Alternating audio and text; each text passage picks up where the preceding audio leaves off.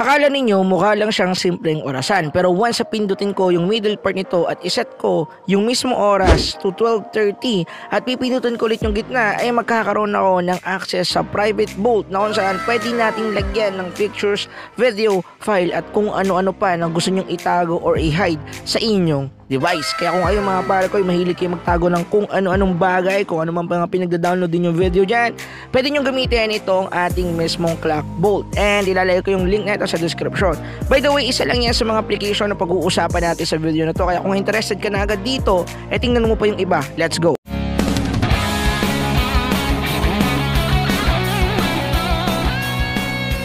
So mga pare ko, ito nga pala yung part 5 ng ating application recommendation dito sa Pareko's TV and Tips. So ito yung mga application na sure ako na magagamit ninyo dahil napaka-useful. Ngayon magpatuloy na tayo guys. So para naman sa pangalawang application natin mga pare ko, yan tawag sa kanya ay full screen gestures. Itong application na to ay meron lang namang 4.1 rating rates at 1 million plus download. Ang maganda sa application na to mga kapare ko ay magkakaroon ka ng extra features in terms of gesture ng device. So ngayon kapag open mo sa application, kailangan mo lang i-allow yung kanyang gesture permission kasi needed yan kasi nga siya ay isang gesture app. Usually isa yan sa pinakamahigpit na security na kailangan yung i-allow, pero don't worry, safe naman yan. After that mga pare ko, ibabak nyo lang at hahanapin nyo lang yung get started.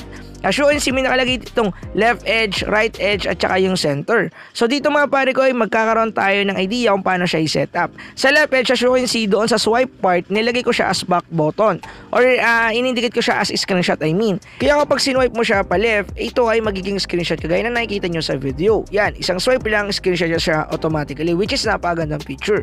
Ngayon naman, doon naman sa par swipe niya, sinet up natin siya as back button. Kaya pag sinwipe natin siya ng malayo, ang mangyayari siya ay magbaback lang. Pero pag swipe lang natin siya na mabilisan, siya ay mag-i-screenshot. Ganoon lang din sa may right edge. Dito sa right edge, sinet ko na yung kanyang isang swipe or yung swipe lang ay magiging, or yung power swipe niya, I mean, ay magiging power off. Ibig sabihin mag-off yung screen natin. Pero yung kanyang small swipe is magbabak lang. Kagaya na nakikita ninyo, napakaganda, di ba? So makakatulong tong features ng full screen gestures na to kung gusto natin madagdagan ng mas maraming gesture yung device natin. Kasi syempre makakatulong siya lalo na kung sanay ka gumamit ng device in one hand lang. Kung gusto mo mag-take ng screenshot, kung nangangawit ka na gumamit ng isa pang daliri, napakaganda kung gagamitin natin ng full screen gesture. So yun lang naman. Ngayon mga pare ko, para naman sa pangatlo nating application, ang tawag sa kanya is UU Game Booster. Meron lang naman siyang 4.4 rating rates at 5 million plus download.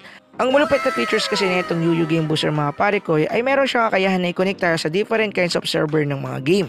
Agaya ng mga server na to, yung Korea, Japan, Southeast Asia, etc. Pero ang pinaka-recommended ko na i-select ninyo dyan is Southeast Asia. Sa kahit anong game na nilalaro ninyo, it's either Mobile Legends, CODM, Wild Rift, or kung ano-ano mang game na nilalaro ninyo. So para gamitin siya, i-select nyo lang yung server, click nyo lang yung mismong icon na nasa gilid niya or nasa right side niya, and then magra-run na automatically yung ating mismong game na lalaroin. It's either Mobile Legends kaya, CODM or Wild Rift, kagaya na nakikita nyo ngayon sa screen. At ang maganda dito mga pare ko is yung kanyang boosting effect. Kasi ganto lang naman yung makikita ninyo mga kapare ko.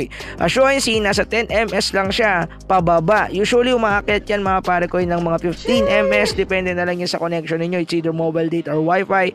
Pero so far, ang ginagamit ko tong malupit na UU Game Booster na to, wala naman akong issue sa kanya at hindi naman siya bumaba. Meron din akong full video na ginawa or full review about dito sa application na to. Kung gusto nyo pa na din, ilalagay ko rin yung link sa description and rin ang download link na to. Ngayon, let's go! Ngayon mga kapare ko, ang next naman na application natin ay sinatawag na Video Background Changer. Ito naman yung isa sa pinakamalapit na application na pwede nyo gamitin if gusto ninyo mga kapare ko yung mag-remove ng green screen sa inyong mga video or kaya meron kayong mga gustong i-remove sa background ng video ninyo. Hindi lang sa green screen siya specialty mga kapare ko. Kahit ano yan, mapa blue screen, green screen, etc. pwede sa kanya. Basta yung background ninyo is clear. Kagaya nitong nakikita ninyo sa video. Pwede nyo siyang palitan as easy as possible lang ganyan. Ito, tawag nga pala dito sa features ito is chroma key. Pwede nyo rin itong gawin sa inyong mga background photos or doon sa mga photos inyo, yung background nyo gusto nyo i-remove or gawing PNG or transparent yung background na photos inyo. Pwede nyo yung gawin. Pwede rin kayong mamili ng sarili ninyong pictures na ilalagay. It depends on you kung ano yung gusto nyong ilagay sa kanya mga kapare ko. Kagaya nitong gagawin natin, ilalagay ko siya sa background natin. hanapin natin yung pinaka-okay na background dito, which is ito. Yan, as you can see yung video, nandun na siya sa background ng ating isang thumbnail nung mga nakaraan natin yung video. And then kung okay na kayo sa in-editing yung background ng video ninyo, export nyo lang just clicking the save button, and then pwede nyo na siyang gamitin for editing. Okay? And for the last one mga pare ko, yung tawag naman dito is IP Tool Wi-Fi Analyzer. Ang malupit sa application na ito mga pare ko, napaka-underrated niya in terms of Wi-Fi tool. Ito kasing IP Tool mga pare ko, meron ng 4.5 rating rates at 10 million plus download. Napakatagal na ito, ginagamit ko to simula ng day 1 or yung paggawa ko mismo ng pare ko TV and Devs YouTube channel. Kasi napakahilig ko mga likot ng Wi-Fi noon mga kapare ko. At itong malupit na IP Tool ang naging kasangga ko or kapartner ko sa pag-change ng password, SSID at kung ano-ano pa mga pare ko.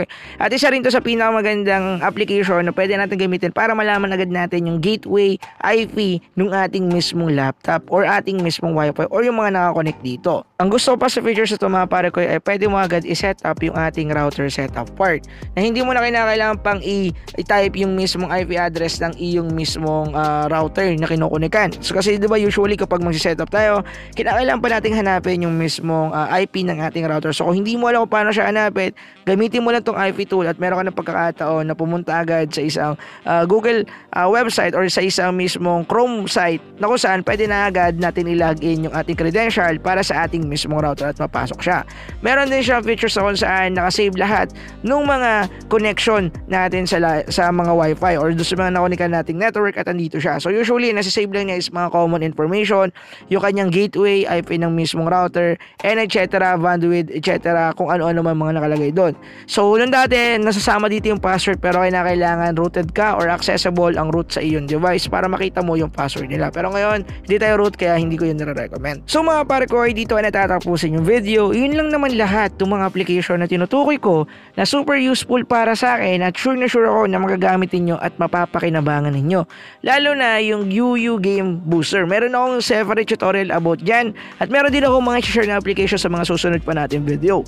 Yung iba kasi is under pa lang ng beta testing or ng dry testing procedure at hindi pa ito napapublish usually sa ating mismong Google Chrome or sa ating mismong malupit na Play Store. Kaya kung gusto ninyo ng gano'n ng mga application for recommendation na wala sa Google Play Store, comment nyo sa ibaba mga pare ko at gagawa natin yan ng separate video.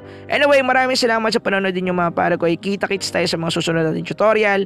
Yun lang. Peace out. Let's go.